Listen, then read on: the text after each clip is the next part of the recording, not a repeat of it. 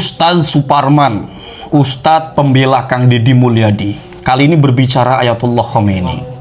Setelah Kang Deddy Mulyadi terkesima pada seorang pemimpin yang kemudian membuat Kang Deddy minder, seorang pemimpin yang menginspirasi KDM, Ayatullah Khomeini, kali ini dibicarakan oleh Ustadz Suparman. Ini tentu terlepas dari daerah Teluk yang sekarang sedang berperang. Ya, kita tidak memiliki kredensi untuk berbicara itu. Kita hanya bisa berdoa semoga semuanya saudara-saudara kita diberikan kesehatan, kemenangan, kebahagiaan fid dini wa dunya wa ma ba'daha, amin Allahumma amin. Begitupun kepada kita semua. Nah, ada perkataan yang sangat menarik sekali yang ini memukau ungkapan yang beliau sampaikan ya. Dan tidak berlama-lama teman-teman, langsung saja saya tampilkan di sini, silahkan. Ya, seperti apa yang dikatakan oleh Ali Ayatullah Khomeini, pemimpin tertinggi Iran. Dia mengutip surah As-Saff ayat ke-13, wa ukhra tuhibbunaha nasrum minallahi wa fathun qarib wa basyiril mu'minin. Kemudian ada hadiah dari Allah Subhanahu wa taala, apa? Nasrum minallah, yakni pertolongan dari Allah. Wa fathun qarib, dan kemenangan yang dekat. Wa basyiril mu'minin, dan berikanlah kabar gembira untuk orang-orang yang beriman. Itulah ayat yang dibaca Ali Ayatullah Khomeini. Ya, karena begini, mengapa kita katakan nasrum minallah, pertolongan dari Allah? Ya, kita kalah teknologi senjata, kita kalah. Israel itu punya pesawat F-35, pesawat siluman itu yang nggak terdeteksi, dan banyak sekali bikinan Amerika itu. Makanya dia bisa ngengkeng. Sedangkan pesawat tempurnya Iran pesawat kuno semua. Masih mending Iran punya teknologi. Nah, Palestina cuman ngandelin bedil doang sama rudal-rudal kuno itu. Apalagi Palestina. Makanya ini yang disebut dengan nasrum minallah, pertolongan dari Allah. Nah, ya buat kita orang kecil di sini, apa hikmah yang bisa kita ambil? Berarti kita ini harus pinter menguasai teknologi, terutama teknologi persenjataan. Mengapa Amerika bisa menjajah dunia sampai hari ini? Karena dia punya teknologi, menguasai teknologi. Mengapa Amerika nggak berani nyerang Rusia? Karena Rusia punya teknologi persenjataan canggih. Mengapa Amerika tidak berani nyerang Cina? Karena Cina punya teknologi persenjataan canggih. Nah, kita orang Islam sedunia ini senjatanya jauh kalah canggih. Sejak zaman Belanda pakai bedil, kita pakai bambu runcing. Ya habis dong kita. Ingat gak peristiwa tanggal 10 November, Hari Pahlawan itu? Ribuan rakyat Indonesia mati, dibantai oleh sekutu yang diboncengi oleh Belanda atau nikah. Tapi kita berhasil membunuh satu jenderal sekutu, jenderal Inggris namanya Jenderal Malabi. Tapi untuk membunuh satu jenderal, ribuan nyawa melayang. Ya, kalau dari hitungan jumlah mah kalah jauh kitanya. Karena ngapa? Belanda punya teknologi persenjataan. Kayak Jepang, negaranya Jepang itu kecil, seuprit. Tapi Cina nggak berani nyerang, Rusia, Amerika nggak berani nyerang. Karena mengapa? Mereka punya teknologi. Nah, sedangkan negara-negara Muslim ini masih tertinggal. Masih mending Iran, orangnya cerdas-cerdas, mengembangkan teknologi sendiri. Nah, Indonesia udah pinter presiden kita itu, Pak Karno, Pak Harto, Pak B.J. Habibie, Gus Dur, Megawati, SBY, Jokowi, Prabowo. Karena kita ini senjatanya kuno-kuno, cuman nyandalin bedil, kan begitu. Maka kita menjadi negara non-blok. Non-blok itu apa? Enggak pro sono, enggak pro sini. Ya, kalau kita ngeblok, kita diantem orang. Itulah mengapa. Jadi bukan penakut, presiden-presiden kita tuh bukan penakut, tahu diri. Remek abis. Kita punya pesawat terbang, pesawat tempur itu yang biasa dipamerin waktu 17 Agustusan. Ya cuma segitu-gitunya. Paling mentok Sukhoi punyanya kita itu. Orang Jet 35 pesawat siluman, kita punyanya cuma Sukhoi. Nah solusinya apa? Yuk kita bangun negara kita ini. Jangan ribut terus, jangan berantem terus, jangan korupsi terus. Gimana mau maju? Korupsinya jojong. Nah kapan kita bisa menjadi negara maju? Kalau ini kondisi kita. Umpama nih Amerika nyerang Indonesia, habis kita, istana negara udah hancur duluan itu, yakin saya. Habis kita. Mau pakai apa kita nangkalnya? Mau pakai apa? Karena teknologi senjata kita kalah jauh. Nah saya ingin sampaikan sekali lagi, Iran itu mengadakan pengayaan uranium untuk nuklir, itu bukan buat nyerang orang, tapi untuk bertahan. Saya ambil contoh, Pakistan. Pakistan itu punya nuklir, nggak ada yang berani nyerang Pakistan. Kata Pakistan, kalau kami diserang orang, kami kalah, kami bom pakai nuklir katanya. Nggak berani nyerang Pakistan itu. Indonesia bu, nggak berani bikin senjata nuklir. Karena kalau berani langsung diserang sama Amerika dan Australia. Jadi maksud saya gini, kita Indonesia ini jangan gumedek, kita masih kalah jauh dari segala hal. Ekonomi masih kalah, teknologi masih kalah, apalagi senjata masih kalah, semuanya masih kalah. Yang menang cuman korupsi aja di Indonesia ini. Itu yang menang itu. Hari ini kita memasuki sebuah era, di mana era itu era menuju masa depan. Tetapi ternyata setelah saya menganalisis, orang yang menuju masa depan itu rata-rata memiliki ikatan masa lalu yang kuat. Saya tidak akan mencampuri persoalan urusan perang yang terjadi hari ini antara Iran dengan Israel. Itu urusannya Komisi 1, bukan urusannya gubernur. Tetapi ada yang harus menjadi catatan penting kita. Pada sebuah negara yang ternyata mampu mengelola pikiran-pikiran akademik menjadi pikiran masa depan. Dan itu diperlihatkan dalam kemampuan sains di bidang nuklir. Dan kemampuan sains di bidang persenjataan yang mungkin membuat kita terperangah. Negeri Mullah di mana pemimpin spiritualnya memiliki kalimat-kalimat yang menghujam dalam setiap perasaan orang yang mengikutinya. Ternyata dia mampu mengikatkan dirinya pada masa lalu sebagai bangsa Persia. Dirinya pada masa lalu sebagai orang yang memiliki keyakinan yang disebut dengan Syiah terhadap perjuangan Sayyidina Hasan dan Sayyidina Husain, dan itu menjadi spirit bagi bangsanya bahwa dia adalah bangsa yang harus melepaskan diri dari penindasan, dia adalah bangsa yang harus melepaskan diri dari imperialisme. Kalimat terzalimi itu melahirkan sebuah tekanan psikologi politik. Psikologi politik melahirkan sebuah kebersamaan yang pada akhirnya menjadi energi besar dalam mengangkat derajat dan martabat negara. Kata orang Sunda, hirup ukur sasamperan, awak ukur sasampayan, sariring riring dumadi, sarengkak sapari pola, sadaya kersaning gusti. Nah, orang Sunda kan begitu. Artinya apa? Seluruh rangkaian perjalanan diri kita dalam hidup ini tak ada satupun yang harus kita akui.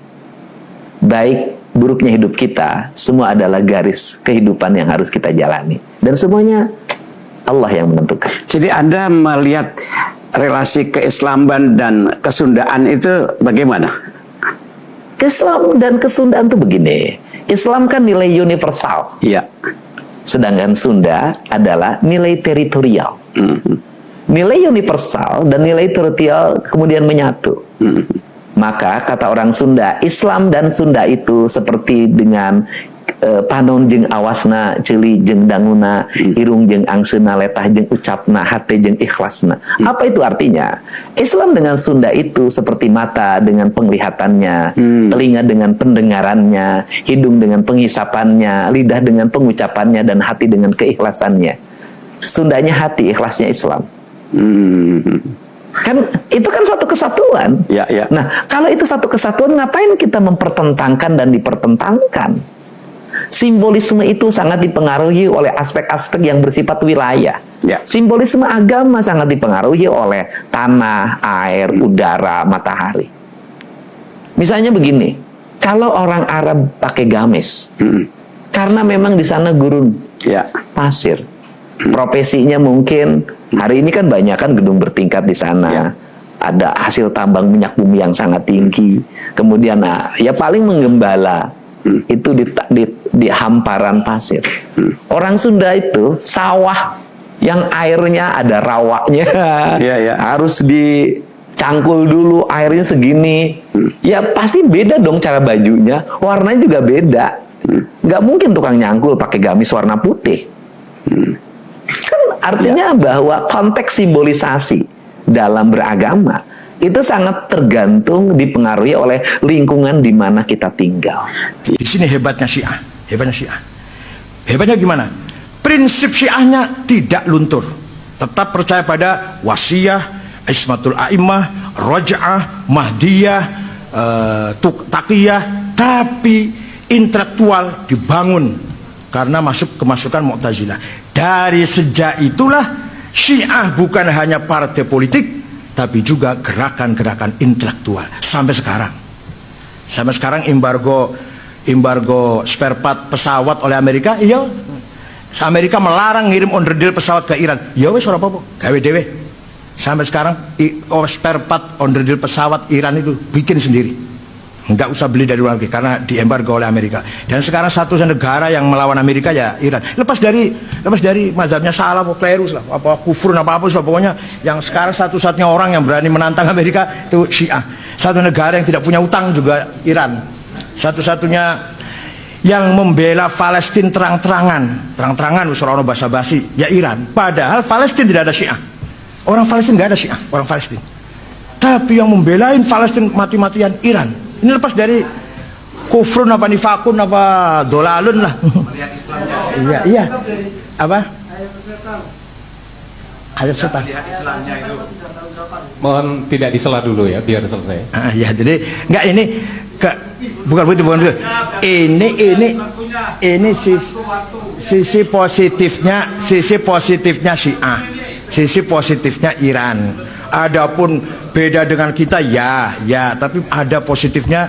Sekarang satu negara yang bisa memproduksi uranium menjadi tenaga nuklir. Nah, kalau kita kan masih memproduksi mandoan, keripik tempe. Iran sudah memproduksi uranium. Mohon izin bertanya Buya, dalam konflik antara Iran dan Israel, kita melihat bahwa Iran menunjukkan sikap membela Palestina yang sedang dijajah oleh Israel. Namun di sisi lain, kita juga mengetahui bahwa Iran mayoritas menganut paham Syiah yang berbeda dengan Ahlus Sunnah. Dalam situasi seperti ini, bagaimana seharusnya sikap kita sebagai Muslim Ahlus Sunnah? Apakah kita boleh mendukung langkah Iran karena membela Palestina? Ataukah ada batasan dalam memberikan dukungan terhadap kelompok yang berbeda akidah? Mohon nasihat Buya agar kami bisa bersikap bijak dan sesuai syariat. Jazakumullah khairan. Terima kasih. Wassalamualaikum warahmatullahi wabarakatuh. Perbedaan urusan keyakinan ini berbeda. Hari ini bukan waktunya kita bicara itu. Dan kita sudah terlambat bersama-sama meyakini bahwasanya Israel adalah musuh kita bersama. Dan dia telah menodai kemanusiaan. Bukan sekedar urusan agama. Sehingga siapapun yang ingin membela Palestina hari ini, maka tentu harus kita dukung bersama. Sekarang dukungan keluar bukan dari orang yang mengaku Islam saja. Di luar Islam pun banyak dukungan untuk orang Palestina. Yang jelas kita ingin memberikan pelajaran kepada dunia. Biarpun dimulai dari niat kita dan kemampuan kita semampu kita. Untuk memberitahu orang-orang zalim seperti orang-orang yang ada di Israel. Orang Israel itu adalah harus dihentikan. Sudah cukup sampai di sini. Apakah nanti muncul orang dari Iran? Atau nanti muncul dari Inggris? Atau mungkin dari Cina? Selagi untuk menghancurkan kezaliman kepada kemanusiaan, mereka adalah pejuang dunia. Seperti itu. Jadi jangan sampai gara-gara berbeda keyakinan lalu menjadi kita tidak tahu bahwa ada musuh bersama yang membahayakan dunia. Itu yang dihancurkan oleh kisah-kisah Palestina ini bukan sekedar, ini bukan urusan agama, sudah kemanusiaan sudah. Dahsyat kejahatan kepada kemanusiaan. Makanya sebaliknya aneh sekali. Sekarang orang berbondong-bondong membela, bukan orang Islam saja, dan mereka orang punya nurani itu. Mereka bukan atas dasar keimanan, nurani. Ini bukan masalah keimanan lagi, nurani, batin manusia hidup hatinya. Ini terlepas dari urusan agama. Biarpun di sana ada unsur agama ada.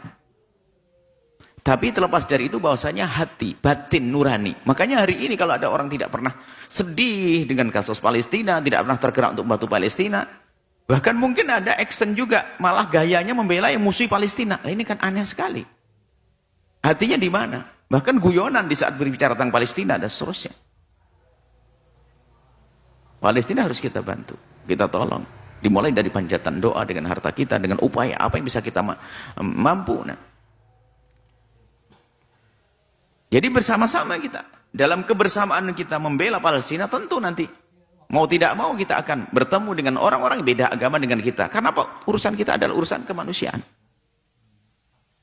Kalau seandainya kita tidak menginginkan ada negeri yang diganggu oleh negeri lain. Anggap saja misalnya nanti kok tiba-tiba, misalnya Cina, kok tiba-tiba diserang dengan dolem oleh tidak tahu satu negeri mana, satu bangsa mana. Ya kita harus bela juga. Britania Inggris misalnya apa. Tiba-tiba diserang dengan dolem, kita nggak boleh diam itu. Itu adalah batin kita.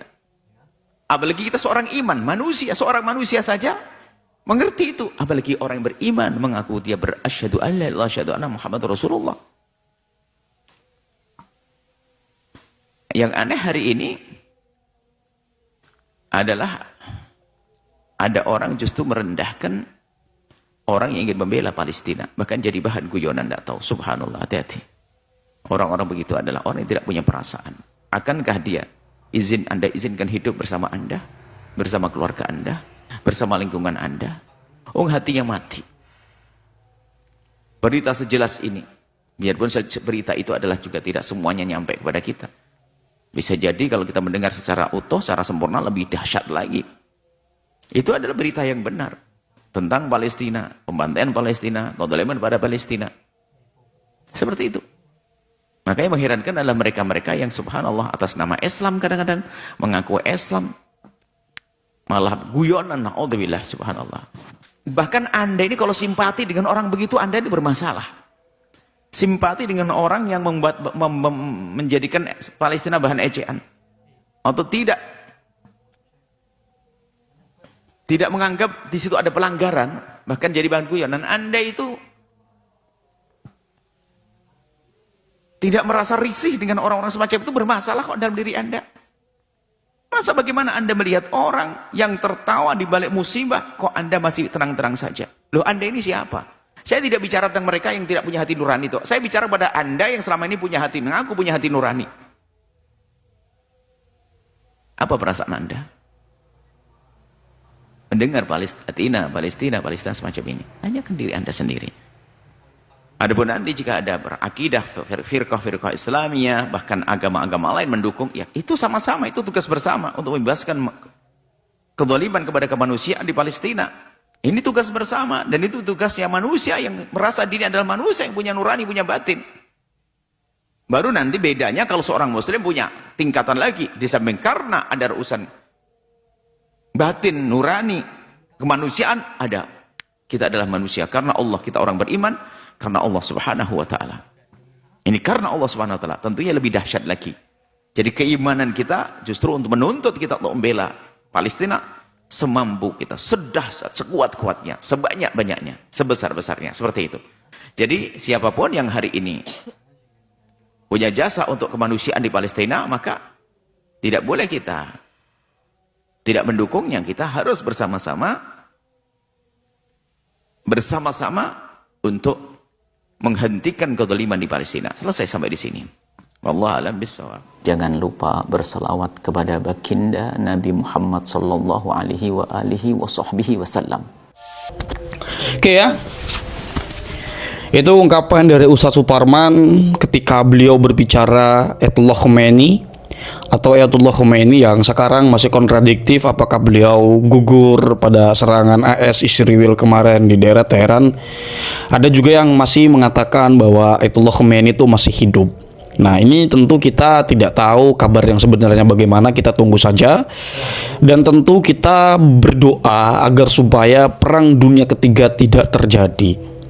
Karena kalau seumpama perang dunia terjadi, teman-teman, yang ketiga, banyak pihak yang dirugikan, termasuk kita. Walaupun seumpama nanti Indonesia tidak terdampak secara langsung, artinya tidak ada bom yang menyasar ke sini, bukan tidak mungkin negara-negara yang kekurangan pasokan, negara-negara yang kekurangan amunisi akan mengincar sumber daya alam di Indonesia. Tahu kan perang dunia kedua itu terjadi kapan? Dan jangan salah, banyak negara-negara Eropa yang mengincar negeri ini pada waktu itu, sehingga menjadi rebutan lah antara Jepang, Belanda. Ya. Jadi sudahlah, kita berdoa semoga perang dunia ketiga tidak terjadi. Oke, itu teman-teman hal-hal yang dapat saya sampaikan. Kurang lebihnya saya mohon maaf. Hadanallahu wa iyyakum ajmain. Salam cinta damai untuk semuanya, untuk NKRI tercinta. Wallahu wal muwaffiq ila aqwamit thoriqin. Wassalamualaikum warahmatullahi wabarakatuh.